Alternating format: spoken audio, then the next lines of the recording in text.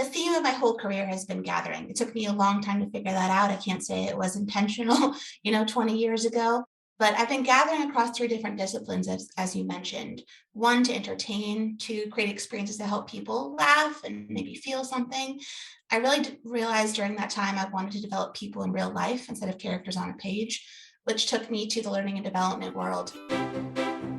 Welcome to the HR L&D Podcast with your host, Nick Day, CEO and founder of JGA Recruitment, specialist HR recruiters. Tuning into the HR L&D Podcast will help you to discover strategic growth concepts, leadership development strategies, and the values and behaviours that drive organisational change and success. Together, let's empower our workforces, diversify our thinking, and achieve significant HR success. Hello and welcome back to the HR L&D Podcast. My name is Nick Day and I am CEO of JGA Recruitment, a specialist HR recruitment company. Now, today I am joined by screenwriter turned organizational psychologist, Lindsey Caplan. Now, she helps organizations script and then rescript their employee experiences. To give you some background, Lindsey has a background in script writing, and she first began her career as a comedy writer in Hollywood on shows such as Curb Your Enthusiasm and Malcolm in the Middle, among others. However, she then started scripting for education companies like DreamWorks Animation and McKinsey, and the experiences she gathered really helped her to develop a career to become an organizational psychologist and head of talent development for successful Silicon Valley companies like Zendesk, Credit Karma, and Flexport. Now, the lessons she's learned along the way have really helped her to develop a fantastic proprietary method that she now uses to help HR leaders like you listening to this podcast to understand why the change they want to make isn't necessarily being embraced, and what you can do instead to really make sure that the change you want to introduce really does stick. So right now, Lindsey is absolutely doing that. She's helping HR professionals and business leaders just like you to script the change efforts for the effect they really want. And this is important because research right now shows that organizational change fails 70% of the time. So rather than me tell you why that might be happening, let's find out why and welcome Lindsey Caplan to the HR L&D Podcast. How are you doing today, Lindsey? Hey, Nick, I'm doing great. Thanks for having me.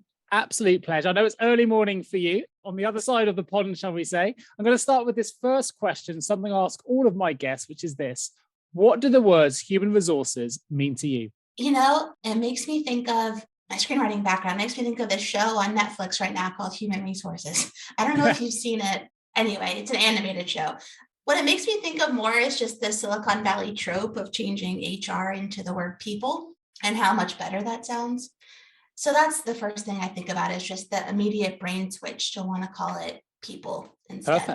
Perfect. And it's a great start. Now, we're going to talk a lot about something called gatherings today, and we'll bring that into context a little bit more detail in just a moment. But I would like to just focus, if we can, on, I guess, a little bit of background to yourself. I've given the audience a bit of an introduction there, but you obviously have developed a new proprietary method that really does help organizations to define, diagnose, and adjust what's something that you call their gatherings to bring people together. What I'd really love to know, if you can, is just kind of, I guess, give some foundations to that. Tell the audience a little bit about your background and how you went on to, or go about really, to research and develop this new method. Yeah, sure. The theme of my whole career has been gathering. It took me a long time to figure that out. I can't say it was intentional, 20 years ago. But I've been gathering across three different disciplines, as you mentioned. One, to entertain, to create experiences to help people laugh and maybe feel something. I really realized during that time I wanted to develop people in real life instead of characters on a page, which took me to the learning and development world, where I created or scripted experiences, learning experiences that help people learn, engage, behavior change. And then I realized I wanted to help develop entire organizations and not just individuals. And that led me to my master's in organizational psychology, where I realized there's still this reliance on a tool of gathering to bring people together in order to produce some sort of effect. And that led me to be really curious to figure out, what do all these gatherings across these three disciplines have in common, and what we learn about them to make ours more effective. Great. So what was the point that in your research and your career that you suddenly realized, I guess, that some of the organizational change programs you were seeing HR and L&D professionals or business owners to try and sort of transform organizations? When was the moment you realized they weren't sticking, that perhaps they weren't working? And what was it then that really inspired you, I guess, to utilize your method to help change that narrative? There's a broad tap on the shoulder, which is I was working in learning and development for a very long time. And, as some of your listeners probably will relate to, the solution that everybody wanted was a gathering. So can you create a training class? Can you run an offsite, etc.? The solution was to put a bunch of people in a room, give them a piece of content, and that will, snap your fingers and produce some change. And as we know, that doesn't actually happen very often. Maybe it's a 2 or 3 day sort of hit of something different, and then it tends to have a steep drop off. But there was one specific moment actually where in one of the companies I was working for, our CEO wanted this culture change. He wanted to create a culture of feedback. There wasn't a lot of constructive feedback going on in the organization. And we know, the dangers of that. And he wanted to bring in a guest speaker who could ignite that change. And he thought, good intention, this one event will really have a positive effect. I knew that it wouldn't. And I tried to communicate why and what we could do differently, but I couldn't find the language or the influencing skills to do so. And that led me to really understand, how can I create a framework in a language that takes this ambiguous or amorphous thing called change or gathering and make it more concrete and easier for people to understand. That makes a lot more sense. So for those listening to this, I think you've already made it clear, but just to make sure we've really got the definition nailed, what do you mean when you refer to as gatherings, and what can they be? I mean, you've mentioned a classroom example potentially there. What else could gatherings be, and how would you define it? Yeah, thanks for asking. I think some of us view gathering as, a meeting or a dinner party or a workplace happy hour. Because my background is in communication, I view gathering as a communication skill. And I define it as bringing people together to match a message with a moment.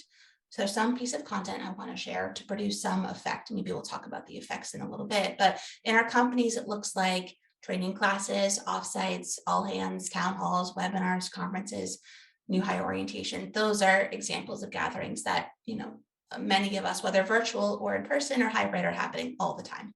Well, that's a really clear definition. So thank you for that. So in your experience then, to take it to the next level, and you've mentioned again some of these already, but why are so many different types of gatherings? Why are they often so poor, resulting in change that does stick? Because all the things you've mentioned are things that I've definitely attended and definitely been part of in the past and continue to even set up myself. And maybe that's why some of the things I want to implement and change isn't sticking. So I'd love to know more about why they often aren't necessarily generating the best results. Yeah, so I think a couple of things I tend to see over and over again, but really I'll highlight a few reasons why we tend to fall into these pitfalls. One is a really big over-reliance on content. So we tend to think first, what slides should we put in? What words do we want to say versus starting with the effect? So, if we're good agents of change, we want to think about, what do we need from the people that we've gathered? What's the A to B? What do we want to be different at the end? What do we need from people? And usually it's one of 4 choices, but we tend to start with content, and not just content, but a lot of it.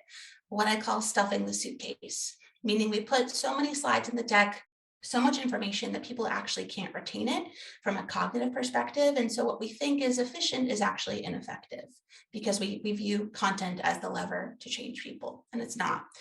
The lever to actually help people change is not our content, it's people's connection to the content. And our job when we're gathering is trying to increase that connection. Typically, if I'm putting a gathering together, I already care about the content. I'm already connected.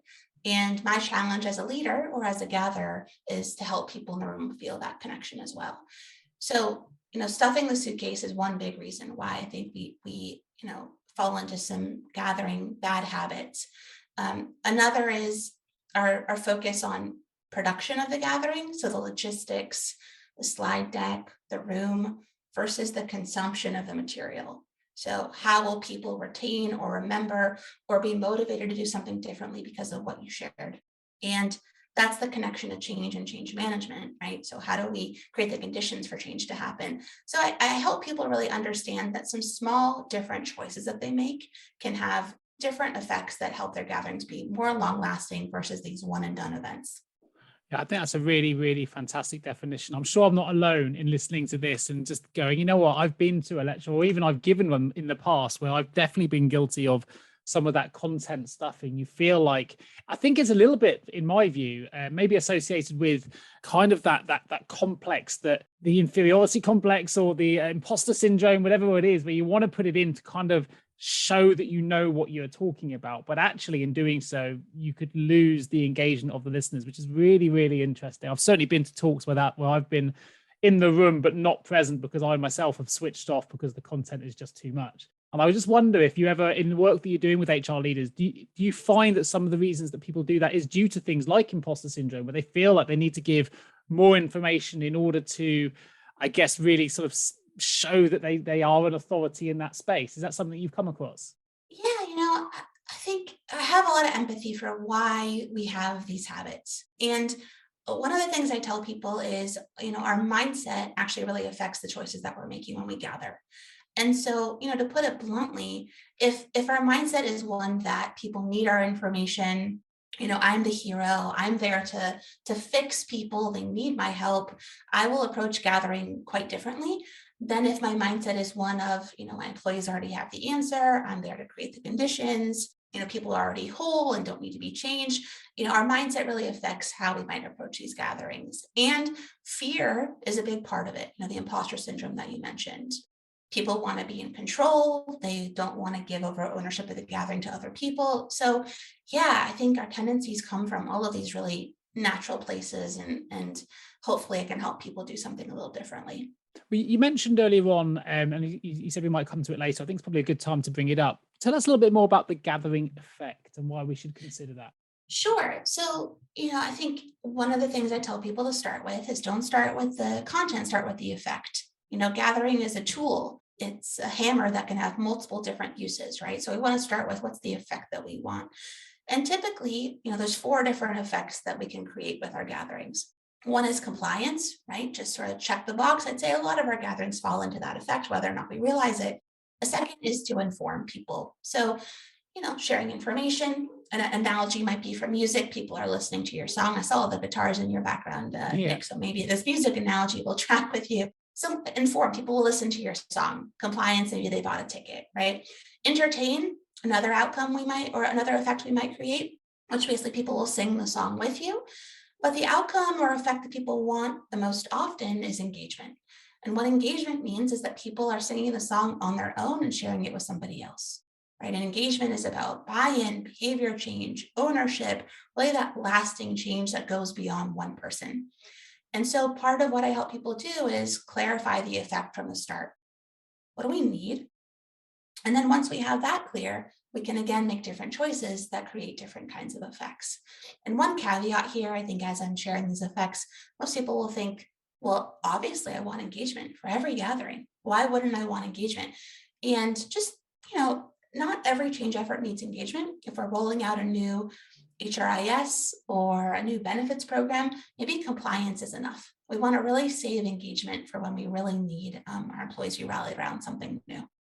I love that. I think what's really interesting is the principles you're talking about, Lindsey, can be used in so many different facets of work. It's not just about being a presenter in a room and being worried about your PowerPoint presentation to, 10 people, one person, a boardroom to 100 people. It's actually about the day-to-day as well, as you mentioned there. It could be an HR professional launching a new HRIS system or benefits platform, as you highlighted. And actually, as you say, it's about getting instruction across and talking about the compliance piece. But actually, the toolkit that you're giving us here in this conversation is valid in so many different aspects of work. And I think that probably wasn't necessarily something I was expecting on today's interview. So I find it really, really fascinating. I think something I'd like to know a little bit more about, if I can ask, is what then is the difference between, the push and the pull, or the one size fits all approach versus sort of personalized gatherings? Because obviously they can change depending on the kind of group or the kind of gathering that we're part of.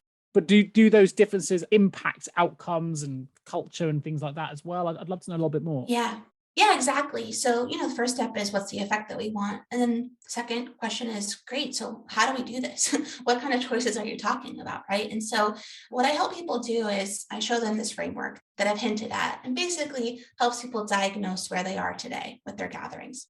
It's a 2x2 framework. I'll walk through it quickly with you. Essentially, there's two axes or two spectrums. On one side is push and pull. So maybe as I'm talking about these axes, you can think about gatherings that you've been a part of and maybe where they would fall. So push and pull. Push is, from an employee or participant experience, I'm quite passive. I'm there just to consume content. Maybe the gathering is mandatory. I don't really want to be there, but that's the gathering that's done at me.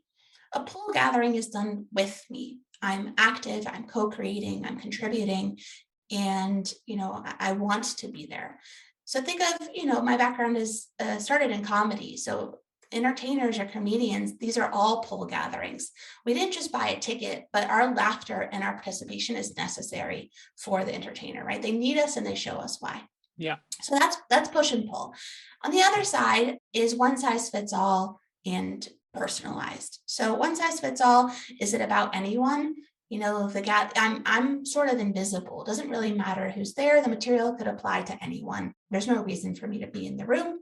It's like riding a ride at Disneyland. It doesn't really matter who's in line. You're going to all go on the same Matterhorn ride. Personalized, this gathering is made about me. I have a personal connection to it. I feel visible, needed for the success of the gathering. And, the difference between one size fits all and personalized is emotional connection.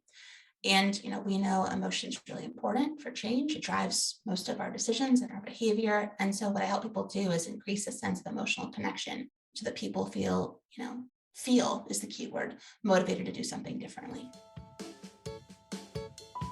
Have you ever asked yourself, how can any recruiter understand my HR recruitment challenges? Please don't give up on your hiring challenges just yet. Here at JGA HR Recruitment, we appreciate the difficulties associated with attracting, recruiting and retaining top human resources talent. We also understand just how costly a poor hire can be. JGA HR Recruitment would like to partner with you to help you overcome your hiring challenges.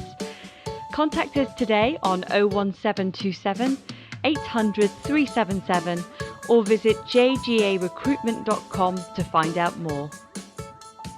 Great. And for those interested, you've got a really good illustration of how this works on your website, which I'll put a link to, which is you can find more at thegatheringeffect.com. But there's a section on your website labeled approach, which really does bring this into great focus for those that are trying to, visual learners perhaps, or for those that are trying to take this information in. It's a really, really good site that gives you loads of great links about the work that you do. But actually it's a really good graphic that I think kind of puts everything you've said into real context. So it's worth taking a look at. And I'll put a link to that in the show notes as well. So taking it forward then to the really important, the crux of the matter, if you will, Lindsey. What are the characteristics then for the HR leaders and L&D professionals that are listening to this that can really help them to lead gatherings that are going to result in lasting change that, as you say, does engage and really does stick going forward?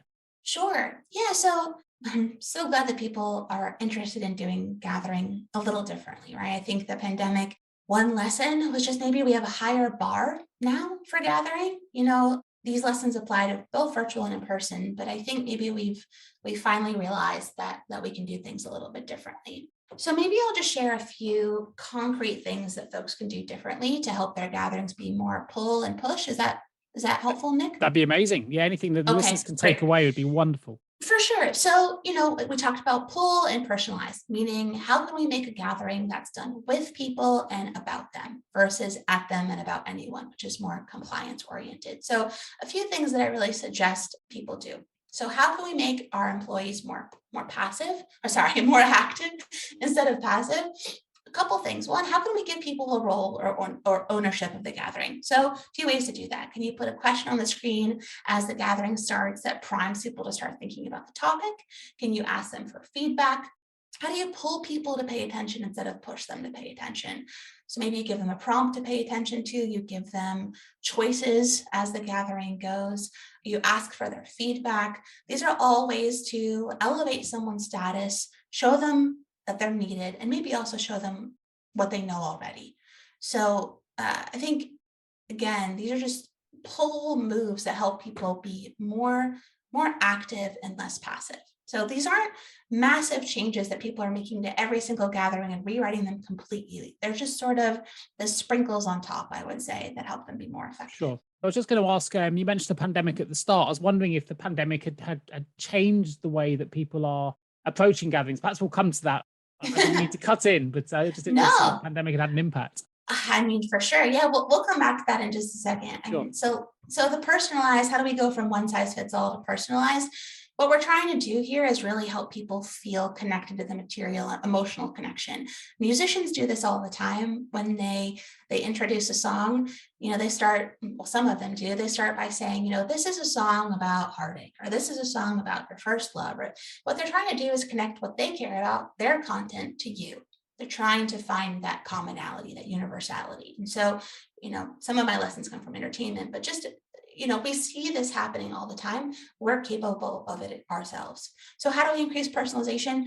One way is just to give people time to debrief or digest the information. So especially if you're stuffing the suitcase and your gathering is full of content, maybe your new hire orientation is a day-long event where it's just presenter after presenter. I hope it isn't. But if it is, at least at the end of the day or every hour, give people a chance to talk about what they've learned with somebody else, help them put it in their own words so they feel more personally connected.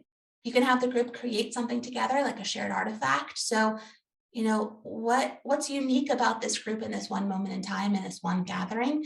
Maybe it's a word cloud that just describes what people are taking away. It doesn't have to be something crazy or expensive or cumbersome, but just how do you signal people's contributions and their uniqueness in the gathering?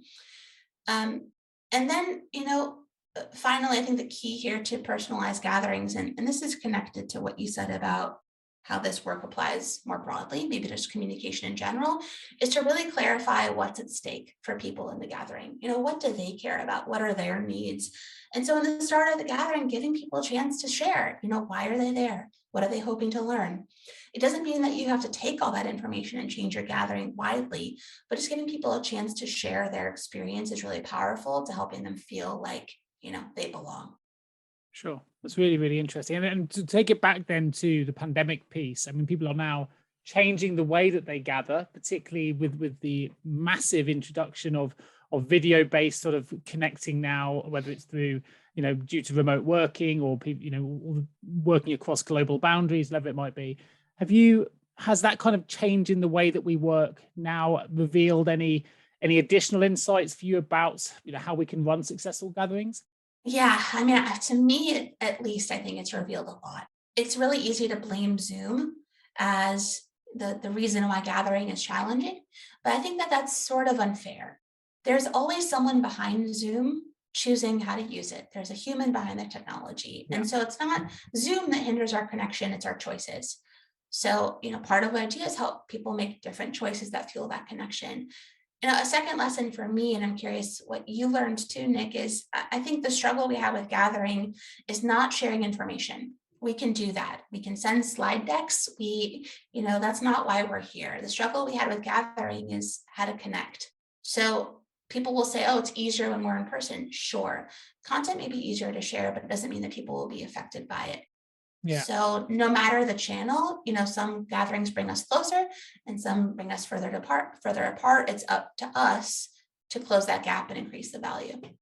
Sure. I mean, we're certainly as a recruiter seeing massive changes in the way that people are communicating. Certainly. I mean, you see a lot more introverted applicants, if you like, sort of being more successful in their interview processes because they are, perhaps they don't have to show their whole selves necessarily in a video-based conversation. But at the same time, I think there's a lot of communication potentially lost, the body language piece, the ability even to think laterally sometimes, because when you are on a video screen, you can hide certain cues behind the screen that people can't see, which means you're not necessarily given a true account of your knowledge or what you're using visual cues in a different way. There's a whole sort of layer and layers and layers of complexity that I think it's brought in. Massive benefits on one side in terms of speed and efficiency and the ability to interview people anywhere in the world instantly. But I think there are also some drawbacks to it for sure. Certainly from a recruitment perspective, it's been a massive sea change in the way that people recruit talent and the way that people interact with talent. I think we're still sort of learning those lessons as we go. Oh yeah, there's still so much to learn, right? And if we can view this time as one where we can learn and experiment, I think that will help us tremendously. Something I thought was really interesting on your website, you've got a fantastic blog, and I will put a link for anyone who's Oh, interested in thank you. signing up to your insight. It's brilliant. Some of the articles you write in there, they're absolutely fascinating. And there's one that I thought was really on the right on the button, I guess, for things that are happening, certainly here in the UK, in terms of aligning values and behaviors with employee engagement at the moment. It's a big topic within the world of HR, making sure that cultures are positive and inclusive, and that they are being represented in the right way, that people are aligning values and behaviors with the way they want their employees to work and the way that they're motivating their employees and so on and so forth.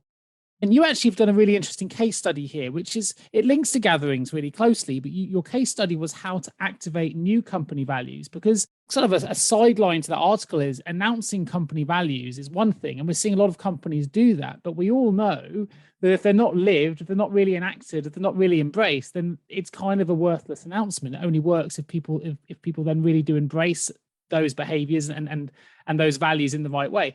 So what did you find through that case study? What were some of the results that you found in relation to that particular subject? Because aligning company values with employee behaviors is absolutely something that's right at the top of HR agendas at the moment. So I'd love to get some insights into some of the research findings that you discovered. Yeah, thanks for those kind words. So to me, the way that we're approaching change, the way that we're approaching gathering, it's the same. It's the same characteristics that make a gathering stick are the same that make change stick, which is why this tool is so commonly used and why I'm so interested in it. So part of the work I get asked to do is, hey, can you help us launch our values? We're going to put a gathering together around it. Or can you help us redo our values? The first time it didn't really stick. Can you help us figure out why? And I think that's fascinating. Often what I find, and it's probably not a surprise to you, is that the gatherings that didn't stick tend to be push in one size fits all, whereas the ones that do tend to be pull and personalized, meaning we're engaging people around the effort, it's being done with them. And our basic change management 101 playbook is really being followed versus just leaders on a stage sort of announcing the values and hoping that people fall in line. To me, and this may be a little bit controversial, there's a reason why different companies have the same values, but sometimes they're just words on a wall in one company and they're lived in another. So it's not, necessarily what values we are sharing. It's how we share them. It's how we make that change happen. So, so much of my work is in the how and not necessarily the what. I think the big aha from that project was basically that, this change was I'll explain it a little bit, but a company that I worked with, they had announced values a year prior and found that they didn't stick in the organization. There was some skepticism. They weren't the right ones. And so not even a year later, they were going to change them inside a company. The company had doubled at that point. And, there was a group of employees who were probably going to be pretty resistant to that change, and a group of new employees who really had no idea what the culture was. That had a big effect on recruitment, had a big effect on retention. But we knew the business reasons that this change was going to be made. And so my number one job was to bring employees who may have been skeptical, who we could use as change agents, to slowly drip the new values into the company. So by the time they were announced, they weren't a surprise. And people already believed and knew that they were real and that they were there. So, the launch event, this one sort of town hall, by the time we got to that town hall, everybody already knew the values. And this was just meant to cement them and tell the stories about it. So I think the lesson here, quickly, is we tend to focus on this one launch event, this one gathering. And really, that's, I think, the first part, or one of the smallest parts of the launch and the change management. Is everything that happens around it. How does this live in the organization? How is it supported in our people management and people practices? And how do we have the business support to make sure it sticks? It's a larger effort than I think we give ourselves time and credit for.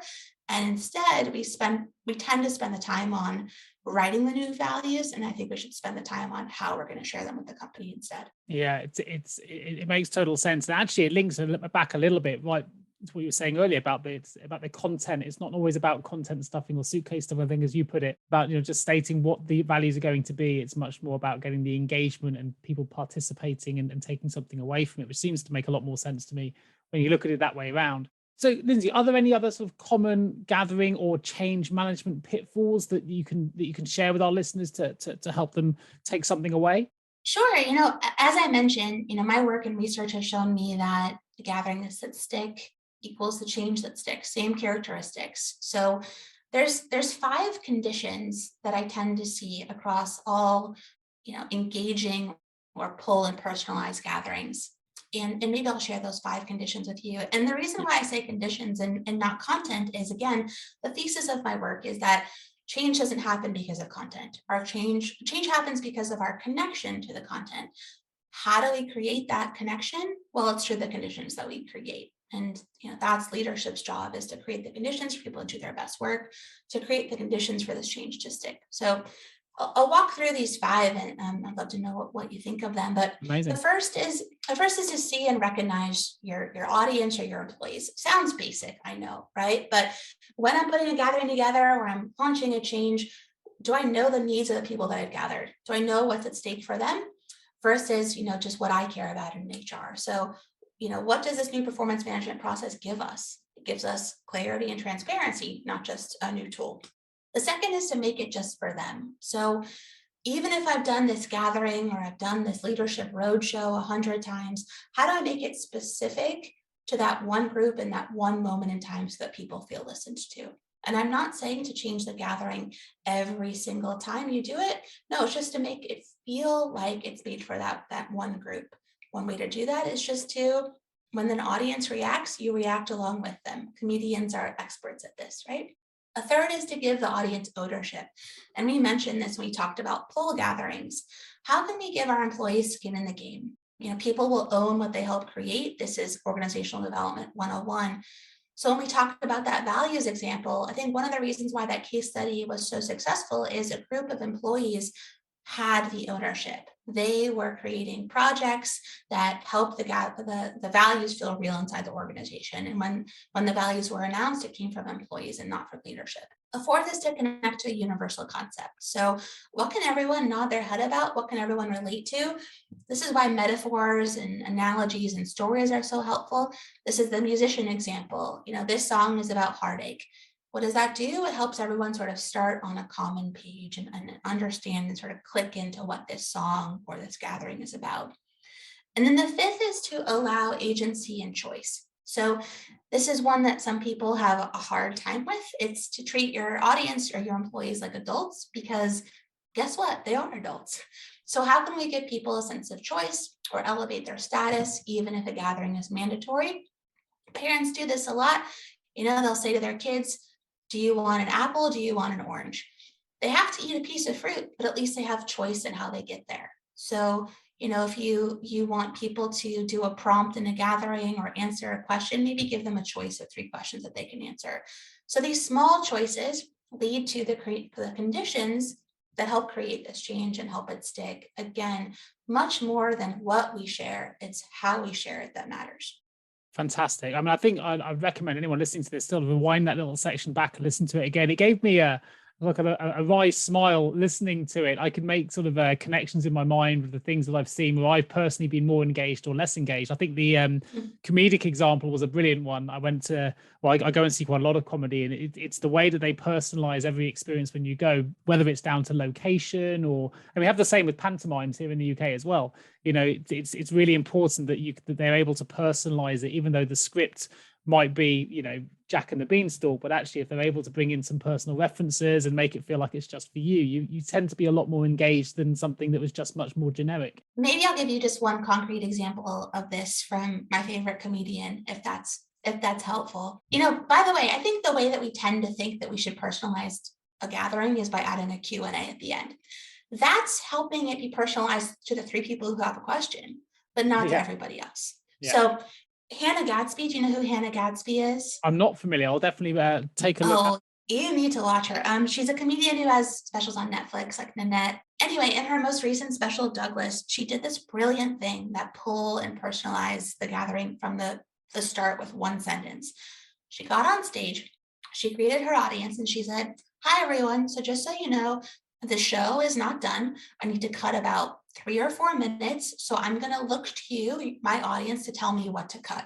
In one line, She told her audience she was making it just for them. She was giving them ownership. She was giving them agency and choice. She was showing that she needed them. Just these brilliant small choices that pull people in, show them that they matter and that they're important. And so just, it starts with good intentions, right? But small choices can have a really big effect.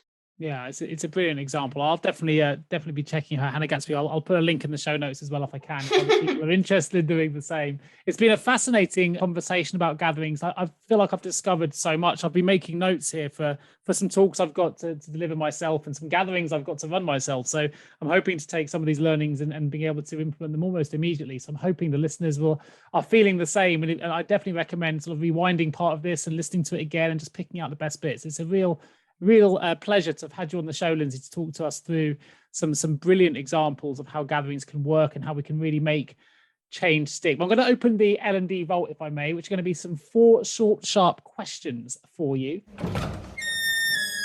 Opening the L&D vault. Question 1, in hindsight, what is the one thing you now know that you'd wish you had known when you began your varied career? Oh, goodness. One thing I know. Ooh, so many things. How do I pick just one? That dreams change. Nice, great. If you had one piece of advice that you could give to the world on this platform, what would it be? Only connect. It's a quote by Ian Forrester. That's the front page of my book. But only connect. How do we help people connect and connect more with themselves and other people? Fabulous. If you had the opportunity, what advice would you give a younger self just starting out in this new world of work? Oh, goodness. Be much more patient and don't be so convinced that your first job is going to be the only job you ever have and that is your career for the rest of your life. Yeah, no, I love that. And last but not least, what is the guiding principle or behavior that you've seen in every great leader that you've personally worked with? I had a wonderful boss who taught me very early on that his job as a people manager was to work for me. I don't work for him. And it's something that I told all of my direct reports on day one, that my job was to work for them and not vice versa. Fabulous. I think it's a great example. Well, Lindsey Caplan, it's been an absolute pleasure having you on the HR L&D podcast today. And I want just to direct everyone, if I can, to your wonderful website, which is thegatheringeffect.com. Now, when you go to that site, there is a place you can sign up for Lindsey's monthly insights, all about how to make change stick. So it's absolutely relevant to all of you HR and L&D professionals out there that are implementing change, going through some kind of HR transformation program, looking at your values and behaviors, whatever it might be. Sign up to that and get Lindsey's monthly insights direct into your inbox. I highly recommend that you do that. And while you're there, you can also navigate her website blog, which I have to say is fantastic. You can read the article that we discussed in the podcast today about how to activate new company values, but there's lots more in there as well. How to communicate your gathering so people want to attend, 4 steps to determine if you need a gathering, 6 steps to create an offsite gathering that sticks, and so much more. So I highly recommend you do check that out. Just to mention it again, it's gatheringeffect.com, but there will be a link in the show notes that will take you straight there as well if you're interested. And just to mention as well, Lindsey has been on another fantastic podcast, Brave New Work, Becoming a Better Gatherer. So I'll also put a link to that show as well if you want to find out more about how to become a better gatherer yourself. Are there any other links you'd like to share on the show, Lindsey, while I have you here? No other links, but maybe I can leave with one call to action or one takeaway, just to practice what I preach. So if people just do one thing differently, start with the effect that you want versus the content that you want to share. Really consider what you need from the people that you're gathering versus just going straight to the slide deck. Start there and let me know how it goes. Fantastic. And I will also put a link to your LinkedIn profile as well. So if people are interested in linking in with Lindsey Caplan today, then you can go straight to that URL, which again will be in the show notes. And please do reach out to connect. And of course, if you are an HR L&D professional listening to this podcast and you have an HR, HRIS, L&D related vacancy or something else that you need some specialist HR recruitment support with, please do get in touch with me or any of my wonderful team. You can find out more about ourselves at www.jgarecruitment.com, and my personal contact details will also be in the show notes. Just leaves me to say a huge thank you today to Lindsey Caplan for joining me on the show, and I look forward to bringing you the next episode of the HR L&D podcast real soon. Take care of yourselves and each other, and thank you ever so much, Lindsey. Thank you. Thank you so much for tuning into the HR L&D podcast with your host, Nick Day, CEO of JGA Recruitment Specialist HR Recruiters. If you need any help with a current HR or L&D vacancy, then please get in touch with Nick and his team. All contact details can be found in the episode notes. In the meantime, to make sure you never miss a future episode, please subscribe to the show through any of your favourite podcast channels. Till next time.